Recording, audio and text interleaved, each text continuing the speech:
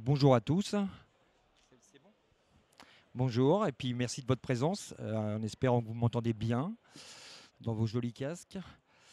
Je vais me présenter, hein, c'est un bon début. Donc Arnaud Lambert, je m'occupe de tout ce qui est la prescription pour l'ensemble des solutions Aliaxis en France sous la marque Nicole mais également GRP.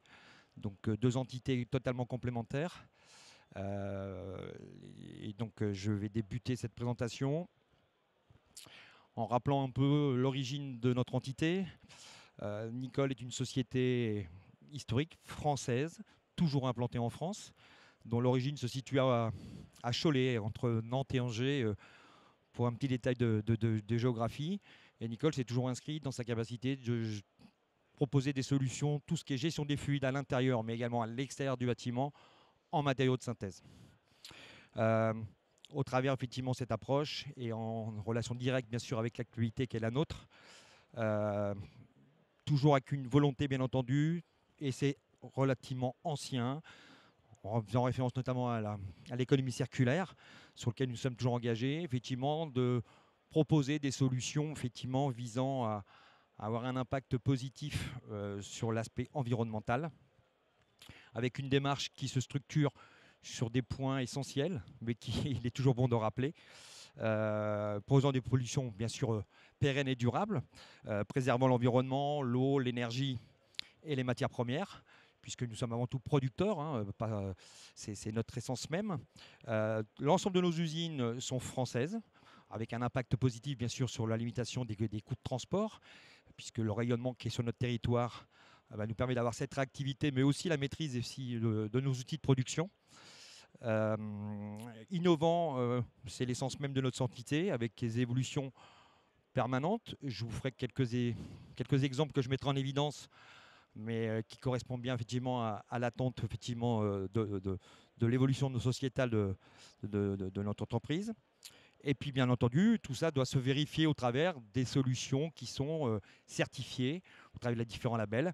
Et quand on fait le lien directement avec l'aspect environnemental, bien entendu, production de l'ensemble de nos solutions connectées avec des FDES, hein, des fiches de données environnementales sanitaires, qui permettent de mesurer l'impact positif effectivement des solutions proposées. Ces trois axes majeurs se traduisent bien entendu par aligner tous nos développements produits sur des critères de durabilité. On parle d'analyse de cycle de vie, donc nos produits, indépendamment d'avoir un impact positif dans sa phase de sourcing de matières premières, de transformation, c'est aussi bien sûr de mesurer l'impact et la durée de vie du produit sur des cycles qui sont définis au travers et qui se traduisent au travers d'un document, la FDES, qui permet d'attester pour chaque solution proposée effectivement son impact environnemental sur l'impact CO2, énergie, eau, pollution. Euh, Utiliser davantage de matières recyclées. Donc nous sommes titulaires du label Moore. C'est quelque chose qui s'inscrit dans nos solutions depuis de nombreuses années et qui s'optimise. Je vous le mettrai en évidence là encore à travers quelques exemples. Alors, j'en parle maintenant parce que quand on parle de recycler, je parle bien de recycler externe. Je ne parle pas de recycler, bien entendu, nos rebuts de production, on l'a toujours fait, de les réintégrer dans notre prod, c'est quelque chose d'assez classique et que nous maîtrisons. Là, je parle bien d'aller qualifier un recyclé externe et de l'intégrer de façon positive dans nos solutions. Et gérer la fin de vie de nos produits, puisque dans ce cercle vertueux, il y a bien entendu l'usage des produits qui peuvent être à un moment donné, pour des raisons de rénovation, de réhabilitation, déposés. On est cofondateur du label Valobat, avec des points de collecte au nombre de 1500 à quelques unités près, sur l'ensemble du territoire, qui permet notamment à la chaîne de décision et notamment aux installateurs, quand ils déposent bien sûr un chantier, de pouvoir effectivement, plutôt que de le mettre au rebut, dans des cycles effectivement de recyclage. Alors, notre impact positif sur l'aspect environnemental, il va se traduire sur deux approches. Je l'ai dit précédemment, l'effet positif de faire évoluer notre offre en intégrant effectivement des notions de recyclabilité, de façon à limiter l'impact matières premières. C'est un des axes. Et vous verrez qu'il y a un deuxième axe que je vous présenterai au terme de cette annonce, qui est plutôt effectivement des solutions qui ont un impact direct sur l'économie et la consommation, l'exploitation des bâtiments. Alors, deux approches. Alors, j'en avais prévu, c'est pour ça que c'est un peu blanc à droite, un troisième, mais nous sommes en cours de certification et la certification, nous l'aurons que le mois prochain. Donc, pour des raisons que vous comprendrez aisément, je n'ai pas jusqu'à le mettre en évidence. Mais sur les solutions avérées, vous voyez l'impact positif et je vais développer un peu sur ces deux axes-là. Alors, Nicole, dans l'ensemble de ses solutions, propose également une gamme complète de bâtis supports. Je ne vais pas vous faire le détail de ce qu'est un bâti, sur lequel qui permet effectivement de faire du WC suspendu. Donc, solution avec une gamme complète, une solution que nous proposons au même titre que nombre de nos concurrents, avec des solutions complètes, avec des solutions notamment sur du châssis métallique. Et je vais tout de suite me concentrer sur un de nos produits phares qui fait bien référence au sujet du jour. Il s'appelle le Virtuomix. C'est un produit très innovant qui nous permet d'avoir un effet très positif, parce que vous vous doutez bien que l'acier a un impact lourd en termes de coûts de transformation, en termes d'énergie. Et en fait, c'est un produit qui est innovant, puisqu'en fait, il est réalisé en deux parties, sachant que la partie basse, qui, elle, provoque la résistance mécanique, il y a un aspect normatif à respecter dans le bâti support, il faut qu'il résiste quand, bien sûr, les personnes s'assoient sur le WC. Et toute cette partie-là, en fait, supporte la charge mécanique et le cisaillement, ce qui nous permet d'être en conformité puisqu'on est bien titulaire du label NF, au même titre qu'un autre. En revanche, toute la partie haute est en matériaux de synthèse qui fait référence notamment à l'intégration de matériaux recyclés. Donc, qui nous permet d'avoir un effet positif avec un pourcentage de métal en moins par rapport au bâti support usuel de notre gamme ou de celle de nos concurrents. Là encore, produit fabriqué sur notre site de production qui est en Isère, à côté de Lyon. Donc un avantage réel effectivement en termes de coûts logistiques. Et puis d'autres innovations avec notamment un collier coulissant qui permet de faciliter sa mise en œuvre. Et puis bien entendu l'intégration des matières recyclées, chose que je vous ai évoquée précédemment. Oh, je suis allé un peu vite. Autre exemple, sur des produits que je vais appeler de commodité. Donc on parle de gamme de sanitaire, de gamme de siphons qui se positionnent sous les lavabos, les éviers ou sur d'autres applications comme les équipements de WC avec les robinets flotteurs. Un produit bien entendu très courant, usuel, avec un effet positif parce que vous voyez, c'est dans ces matériaux, bien sûr en maintenant tout l'aspect normatif, de résistance mécanique, de performance hydraulique, puisque les standards restent exactement les mêmes. Notre cahier des charges, bien sûr, n'évolue pas avec le côté vertueux d'engager effectivement le matériau recyclé. Et dans ces matériaux et dans ces solutions, nous allons jusqu'à intégrer 90% de matières recyclées. Et j'insiste, de matières recyclées externes que nous allons qualifier au travers des partenariats avec des sociétés spécialisées comme la Paprec, que je peux citer. Donc, ça couvre l'ensemble des équipements sanitaires. Là encore, fabriqués en France, avec un impact positif. Et une notion de fiabilité, puisque ces produits, l'ensemble de ces produits sont couverts par une garantie de 15 ans. Décidément, j'ai un peu de mal avec le bouton. J'ai fait référence à des solutions qui sont aujourd'hui bien engagées sur notre marché, dans lesquelles effectivement, nous avons donné un aspect vertueux en y travaillant sur l'aspect effectivement environnemental, au travers notamment de l'intégration de recyclés. Et je faisais référence tout à l'heure aussi à l'approche visant à apporter des solutions ayant un impact positif sur la consommation. On fait souvent référence aux produits. Il faut savoir qu'aujourd'hui, globalement, le marché du bâtiment représente 25% de ce que produit la France en matière de CO2. Alors, les 25%, ça intègre la construction du bâtiment et son exploitation. Et il faut savoir que, bien sûr, la construction a un impact conséquent, mais l'exploitation des bâtiments représente en fait une source et une charge de CO2 très lourde. Et très modestement, au travers de la solution que je vais vous présenter, on prétend effectivement la réduire et avoir un impact positif. Alors, ce que je vais vous présenter là, en fait, c'est le principe d'aller récupérer effectivement la chaleur de l'eau de nos douches ou de nos baignoires, puisque ça s'apparente bien sûr aux deux approches. Dans ce cadre-là, on parle de chaleur fatale. La chaleur fatale, c'est quoi en fait? Relativement simple. c'est une énergie thermique qui n'est ni récupérée ni valorisée. Je fais simple, vous prenez votre douche, l'eau que vous en imaginant que vous prenez une douche chaude, votre douche qui sur les standards est aux alentours de 38 degrés, et ben, l'eau qui s'écoule dans votre siphon, elle s'écoule dans les évacuations et la chaleur qui en résulte, elle est perdue. Alors pourquoi récupérer la chaleur fatale? Ça semble une évidence, mais il est peut-être bien de le préciser. Bien sûr, ça a un impact positif parce que ça économise de l'énergie, parce que l'eau chaude que vous utilisez, il faut de la production d'eau chaude, elle n'est pas naturellement chaude, alors au travers différentes applications, type le plus classique, le ballon d'eau chaude. Donc automatiquement, ça a un effet positif puisque ça réduit les coûts d'exploitation des bâtiments, puisque par ce biais, je vais vous l'expliquer, on vient pour avoir une douche exactement à la même température, avec la même notion de confort, consommer moins d'eau chaude. Donc produire et solliciter moins effectivement l'énergie nécessaire. Et puis bien sûr, un effet positif, tout ça se traduit en réduisant bien sûr les émissions de CO2. Alors, un schéma. Alors, il y en a certains qui sont éloignés, donc je ne suis pas sûr qu'ils le voient très bien, mais c'est relativement simple. Je vais vous l'expliquer en quelques mots. Vous prenez votre douche, qui, comme je viens de le dire, de façon assez classique, se situe aux alentours de 38 degrés. Pour arriver à vos 38 degrés, il y a un mitigeur que vous réglez à votre disposition. Et en fait, pour arriver à 38 degrés, vous avez d'un côté l'eau qui vient de votre production d'eau chaude, de votre chauffe-eau classique, qui sort à 55 degrés. Et de l'autre côté, vous avez votre eau qui arrive, qui vient du réseau, qui est l'eau froide, entre guillemets. Alors, en fonction des saisons, ça peut légèrement varier. On va dire qu'en période hivernale, la moyenne est aux alentours de 12 degrés. Ça peut prendre 2-3 degrés avec bien sûr l'été. L'eau peut être un peu plus en température. Et pour arriver à vos 38, vous avez un mix du froid et du chaud.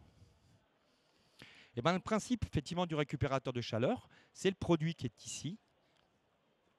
Il vient effectivement capter cette énergie, l'écoulement de votre eau à 38 degrés, au lieu que cette énergie de chaleur soit simplement évacuée. Je vais vous expliquer comment effectivement on arrive à en retirer les calories de façon à venir en fait préchauffer l'eau froide. Le principe de base sur une installation classique, je vous l'ai dit, l'eau ici va être à 12. Et bien là, dès que vous allez prendre votre douche, par un système d'échangeur, l'eau froide va se trouver préchauffée. Et suivant les systèmes que je vous présenterai après, au terme de la diffusion, on gagne entre 10 et 20 degrés. Il n'y a qu'une eau qui était à 12, elle passe à 22. Donc l'eau qui arrive là, elle n'est plus à 12, elle est à 22.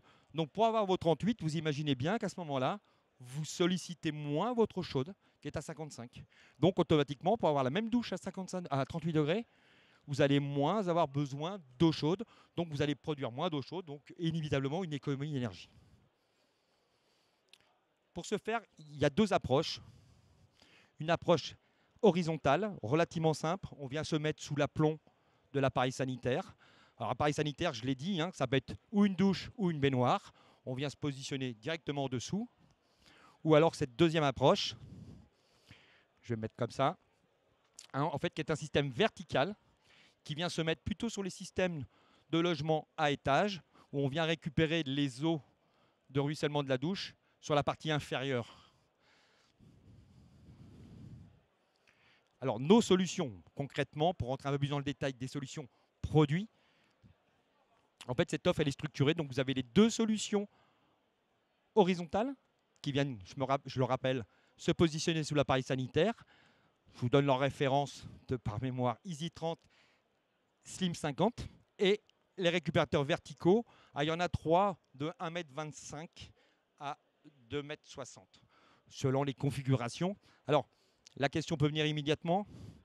L'idée au travers de cette présentation, c'est de ne pas rentrer dans le détail trop technique. Mais si aujourd'hui nous avons une structuration d'offres, c'est qu'en fait nous avons des rendements un peu différents. Entre ce modèle-ci, celui-ci et les versions verticales. La version verticale, en fait, plus le tube il est haut, long, plus le pourcentage d'énergie récupérée sera important. Je fais un petit focus, c'est notre premier modèle historique, l'EasyTrent, qui est le premier modèle que j'avais présenté ici même l'année dernière d'ailleurs. Et vous voyez, on a des impacts assez positifs sur l'effet direct réel de l'économie générée. Alors je fais la petite parenthèse maintenant. Sur notre site internet, vous avez un simulateur qui vous permet d'aller, comme je viens de le dire, simuler effectivement le coût d'énergie généré en rentrant quelques données de base, le nombre de douches que vous allez réaliser, le coût de la production d'eau chaude que vous avez. Alors si c'est un chauffe-eau électrique, c'est le coût du kilowattheure que vous payez. Et en faisant cette simulation, ça va vous faire réellement, concrètement, l'économie financière réalisée. Alors ce système, il a quand même quelques avantages, je dirais même essentiellement beaucoup. Donc je l'ai précisé. Donc ça veut dire qu'il va jusqu'à récupérer 31% de la chaleur, de l'eau, de l'énergie effectivement qui est consommée effectivement dans l'eau qui est évacuée. Donc on revient sur les 38 degrés, alors on en perd tout de suite dans le cadre du ruissellement, et on vient récupérer 31% de cette chaleur. C'est un système 100% passif, c'est vrai pour cette solution, mais c'est vrai pour toutes les autres. Donc ça ne nécessite aucune énergie, aucun entretien, garantie 10 ans. Il y a des questions qui peuvent revenir régulièrement sur le niveau d'encrassement, etc. Et ça, en fait, on a toutes les certifications, parce que ce sont des produits aujourd'hui qui sont gérés au travers de l'aspect normatif. Donc, ils doivent être conformes effectivement à un cahier des charges relativement strict. Donc, la notion pas d'encrassement, pas de maintenance, bon, généralement, en plus, ils sont peu accessibles. Donc, il y a tout intérêt effectivement à ce qu'ils soient en conformité avec cette approche. Une installation rapide et sûre, parce que c'est relativement simple, hein. Vous avez juste l'évacuation qui vient traverser effectivement l'échangeur, et vous avez une connexion en entrée d'eau froide et en sortie d'eau préchauffée avant d'aller ou au mitigeur ou à votre système de production d'eau chaude. Bon, un retour sur investissement qui est relativement court. Donc là, on le simule sur cette version-là de l'ordre de 3 ans. Et comme je l'ai dit, il y a un aspect normatif, puisque système le double paroi, parce que je ne l'ai pas précisé, bien entendu, on doit aussi respecter les règles sanitaires. Donc l'eau sanitaire d'alimentation qui est réchauffée n'est pas en contact de l'eau, entre guillemets, usée qui coule, hein. Il n'y a aucun contact, bien entendu, pour préserver ces aspects. Alors il faut savoir que cet équipement, et les deux versions, y compris celui que je présenterai après, sont automatiquement livrés sous... Alors le produit est exactement le même, mais il y a deux approches où il est livré avec une bombe de receveur ou avec un siphon de baignoire. Alors, ce sont des éléments issus de notre production. Alors, ce n'est pas uniquement chauvinisme, hein. C'est que pour prendre les garanties de bon fonctionnement, notamment de durabilité et de notion de garantie, bien sûr, on ne peut le faire qu'avec des solutions qu'on a testées. Et nous sommes incapables de tester tous les siphons, vous imaginez bien, toutes les bondes du marché. Donc, nous le faisons. Et en plus, notre bonde a un avantage d'être intégrée avec des filtres anti-cheveux. Je vois que dans la salle, il y a quelques femmes, donc elles vont savoir de quoi je parle, et qui vous permet effectivement de pouvoir à tout moment et aisément effectivement les enlever sans qu'ils rentrent dans le domaine de l'évacuation. Je fais le parallèle sur la dernière version. Je m'excuse, la photo est très petite. La commercialisation de ce produit débute cette semaine. Vous voyez qu'on est vraiment dans l'actualité. Donc on est exactement dans la même configuration que la version précédente, version horizontale, application ou sous douche ou sous baignoire. Alors, vous l'avez peut-être constaté, même si je suis désolé, la photo n'est pas très grande. Il a une forme totalement différente. On l'appelle le slim parce qu'il est beaucoup plus plat, mais plus étendu. Le fonctionnement est rigoureusement le même. En revanche, il a un réel avantage, c'est qu'il a un rendement bien supérieur. Version précédente, nous étions à 31%. Là, nous sommes à 52%. Donc la moitié des calories de l'eau qui est écoulée dans votre douche ou à l'issue de votre baignoire est réinjectée effectivement et réintégrée effectivement dans la production d'eau chaude. Alors, je vous le dis maintenant, ça a quand même un peu de conséquences, puisqu'il faut savoir que, et j'en parlerai après, ces dispositifs rentrent dans différents critères effectivement de valorisation. On parle bien entendu de points de CEP de gagner, on va parler notamment de label C2E. Alors, très orienté sur notamment les bâtiments tertiaires, et enfin, pas que tertiaires, mais plus liés, excusez-moi, au décret tertiaire. L'avantage de cette solution-là, celui-ci, cette version, c'est qu'il est éligible au label C2E. Il y a un décret tertiaire, notamment pour les différents bâtiments qui sont issus. Je vais faire référence à l'hôtellerie, notamment.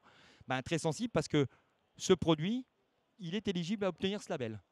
Et pourquoi? Parce qu'en fait, il faut un seuil à 50%. C'est pour ça que la version précédente ne l'était pas. Donc, je dirais plutôt une orientation individuelle de maison personnelle. Et là, on est plutôt dans une démarche où, effectivement, avec une capacité qui est bien supérieure. Après, la configuration est rigoureusement la même. Produit 100% passif, aucun entretien, pas d'énergie nécessaire, pas d'encrassement, l'installation qui est aisée. Un retour sur investissement, lui, qui est inférieur en fonction, bien sûr. Alors ça, c'est le retour sur investissement, bien sûr, il faut l'indexer au nombre de douches que vous prenez. Plus vous prenez de douches, bien entendu, plus l'amortissement sera court. Et pareil, toujours conforme à la norme EN 1717. Je ne l'ai pas précisé parce que nous n'avions pas encore l'information hier, elle est tombée hier. Il est aussi garanti 10 ans, comme la version précédente. Les versions verticales, je vous l'ai dit, qu'ils existent sur 3 dimensions différentes, avec là encore une solution qui est identique. C'est le même principe, sauf qu'on est sur un échangeur, bien entendu, avec un système de double paroi qui est dans l'axe effectivement de la chute. Alors là, tout de suite, vous voyez le gros avantage. On monte jusqu'à 64% de performance. Donc ce sont les produits qui aujourd'hui donnent le meilleur rendement dans cet axe effectivement de récupération de chaleur sur Ogris. Mais on est autrement exactement, là encore, sur les mêmes critères. Système passif, pas d'entretien, pas d'encrassement, donc pas de maintenance, a fortiori sur une solution verticale. Bon, l'installation rapide et sûre, dans une installation là qui est plus orientée dans les gains techniques et un retour sur investissement qui est encore plus court en rapport effectivement avec le rendement généré. Bon, la synthèse un petit peu, je suis désolé, peut-être que je suis un peu devant vous, non, ça va voilà, la synthèse, je peux prendre le temps bien sûr de le lire avec vous. Bon, c'est le principe de l'efficience énergétique, la récupération de chaleur fatale, préchauffage de l'eau froide, c'est le résumé de tout ce que je vous ai annoncé.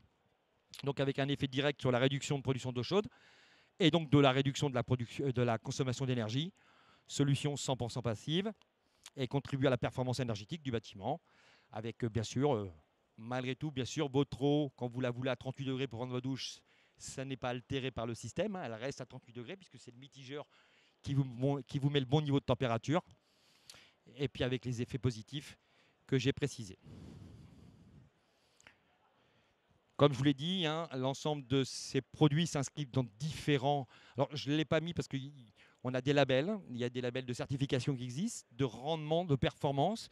Alors, aujourd'hui, en France, pas totalement inscrit ou instruit. Il y a un label qui s'appelle Kiwa, qui est un label allemand, qui aujourd'hui légifère toute cette approche-là. Donc, nous sommes titulaires. Donc, bon, ce sont des tableaux avec des abacs, etc. Vous le projetez maintenant, ça n'aurait pas beaucoup d'intérêt, mais je vous invite à nous rencontrer ou venir sur notre site ou sur notre stand, puisque nous sommes bien sûr présents. Et l'ensemble de notre documentation met bien en évidence l'ensemble de ces labels, avec toutes ces notions de performance et tous ces critères, bien entendu, sont attestés, vérifiés au travers effectivement l'ensemble des supports que nous mettons à disposition. Voilà, j'ai parlé du label C2E, je n'y reviens pas. Toute cette démarche qui s'inscrit dans une vraie politique gouvernementale que vous connaissez, qui est de réduire effectivement l'effet carbone effectivement sur la production et l'exploitation des bâtiments sur notre territoire. Voilà, j'en ai terminé. Donc, je vais mettre le casque.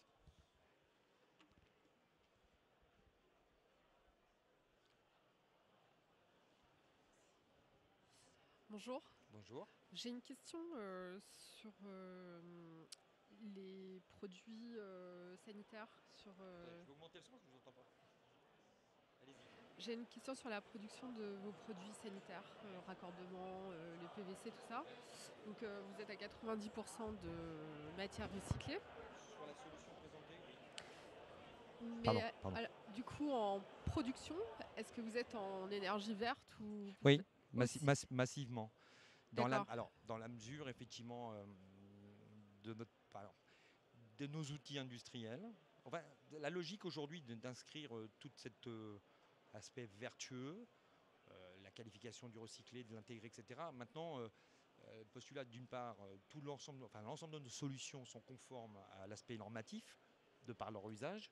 Il faut juste savoir que certains produits nous permettent de le faire. Certaines solutions aujourd'hui, si on veut rester en conformité avec... je vous parlais tout à l'heure de... Alors je n'ai pas l'exemple malheureusement ici présent, mais on a une solution d'évacuation standard en PVC aujourd'hui qui s'appelle Homtech avec l'intégration de recyclé. L'aspect réglementaire nous limite dans notre capacité, enfin pas dans notre capacité, sur le pourcentage de recyclé intégré. Alors d'une part, il y a une limite normale. Non, c'est pas ma question. Ma question, c'est savoir vos usines de production. L'énergie utilisée Oui, pour pouvoir façonner votre oui, PVC, oui, oui. elle est en énergie Oui, renouvelable en oui. Alors, partie? l'ensemble de nos. Enfin, alors, ça se transforme au fil des années parce que nos superficies, on produit tout en France. Donc, on a plusieurs sites de production. Mais bien entendu, on a un engagement aujourd'hui sur panneaux photovoltaïques sur l'ensemble de nos sites. Donc On ça veut est. dire que vous avez une fiche FDS là Ouais. sur ces produits PVC Mm. qui est Oui, alors, quasiment ouais, à zéro au niveau alors, carré? elle est très faible. Elle n'est D'accord. pas à zéro parce qu'on a. Quand on mesure effectivement l'efficacité d'un produit sur une logique F2S, en fait, il y a tout un tas de critères. Ne serait-ce que l'acheminement des matières premières. Donc, vous avez des coûts de transport. Il y a toujours malgré tout un peu de coûts de Certes. transformation. Il y a des coûts d'expédition parce que ça prend. Quand on parle d'analyse de cycle de vie, c'est toute la chaîne, hein. Oui, oui. C'est matières premières, transformation, expédition, mise en œuvre et jusqu'à la fin de vie du produit. Mais on a. Alors, si je vais faire des éléments de comparaison et j'en ai à disposition sur d'autres matériaux, les écarts sont des fois dépassent 90%. Et en utilisation donc d'énergie, vous essayez d'être au Oh, maximum en énergie ouais, tout renouvelable à fait, ouais, sur ouais, vos ouais, énergies ouais. premières. Mais nous sommes très peu consommateurs. Alors, si l'énergie est la ressource la plus importante pour nos usines, c'est l'électricité, puisque ce sont en fait, nous, la production, c'est ou de l'injection, des presses injectées, ou de l'extrusion. Donc c'est essentiellement effectivement de la production électrique. On n'a pas besoin, un petit peu d'eau, mais très peu, mais pas d'autre énergie. C'est pas une production polluante de principe. Voilà, je ne sais pas s'il y a d'autres questions. Oh, j'ai dû être parfait alors. Bonjour, tout au fond. Dans le cadre d'une rénovation, typiquement pour de l'hôtellerie, quels sont les travaux qui seraient à mettre en place pour pouvoir mettre justement vos systèmes en place? Je fais focus sur le récupérateur d'énergie en dents grises. Exactement. Je pense que la solution horizontale serait la plus adaptée. Alors, c'est très variable. Alors, ça dépend. Alors, si on est sur un projet de rénovation, alors déjà d'une part, bien sûr, on peut vous accompagner pour l'étudier, puisque comme je ne l'ai pas précisé, parce que ce n'est pas vraiment le sujet du jour, mais nous sommes bien entendu très bien structurés alors, en termes d'animation commerciale avec des chargés d'affaires dédiés. Mais on a bien sûr l'ensemble, parce que tous ces développements que je vous mets en évidence et toute notre production est française. Donc voilà, on est en autonomie totale, donc on a un bureau d'études, on est capable aussi d'étudier au travers des plans que vous pourriez nous communiquer quelle serait la solution la plus adaptée à la configuration. Bon, là, il faut l'étudier en fonction des configurations des salles de bain. Vous avez plein. Alors, si vous êtes à proximité d'une gaine technique, la solution verticale peut être très intéressante parce que, comme vous pouvez le voir, elle a des rendements qui sont supérieurs. Si vous êtes sur des équipements en receveur, mais avec des receveurs sur structure, avec un ressaut, la facile d'intégrer effectivement les receveurs, comme je l'ai présenté, les versions horizontales sous le receveur. Si vous êtes sur une configuration zéro ressaut, alors vous avez la capacité d'aller sous dalle de façon à mettre l'appareil, parce qu'on peut le positionner en fait selon les dispositifs. Donc on peut s'adapter. Dans cette logique-là, le mieux, c'est d'aller chercher le système qui vous apportera le meilleur rendement et voir effectivement dans quelles conditions on peut l'intégrer à votre projet. Mais ça, je vous invite à nous contacter. Nous sommes en capacité vraiment de vous aider sur la faisabilité, même sur le calcul de ROI. Je crois que je le dis, je ne sais pas, peut-être que je l'ai négligé, mais sur notre site internet, voilà, vous avez un simulateur qui vous permet effectivement de pouvoir effectivement faire ces calculs. Puis après, techniquement, n'hésitez pas à vous rapprocher de nous. Nous avons des équipes dédiées pour vous accompagner. Très bien, merci.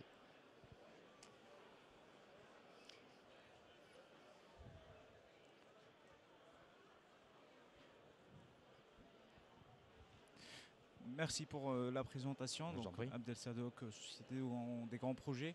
Vous avez mis l'accent sur la récupération de l'énergie.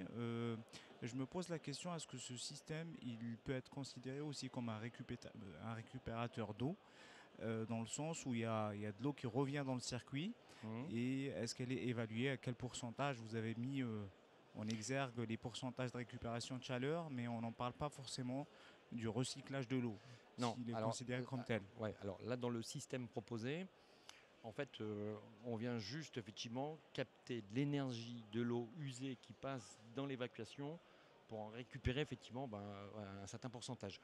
Il n'a pas pour vocation effectivement de donner effectivement une approche spécifique au retraitement de l'eau usée, etc. C'est totalement différent. Alors après, ce que vous pouvez faire derrière, c'est totalement compatible. Si vous avez des systèmes, aujourd'hui il y a différentes solutions qui existent en termes de recyclabilité de l'eau, etc., avec du traitement pour la réintégrer dans des eaux de WC, voilà, il y a plein de différentes approches, mais c'est totalement indépendant. C'est deux choses complètement différentes. Merci. Voilà. Et je crois que je vais être obligé de laisser la place, hein.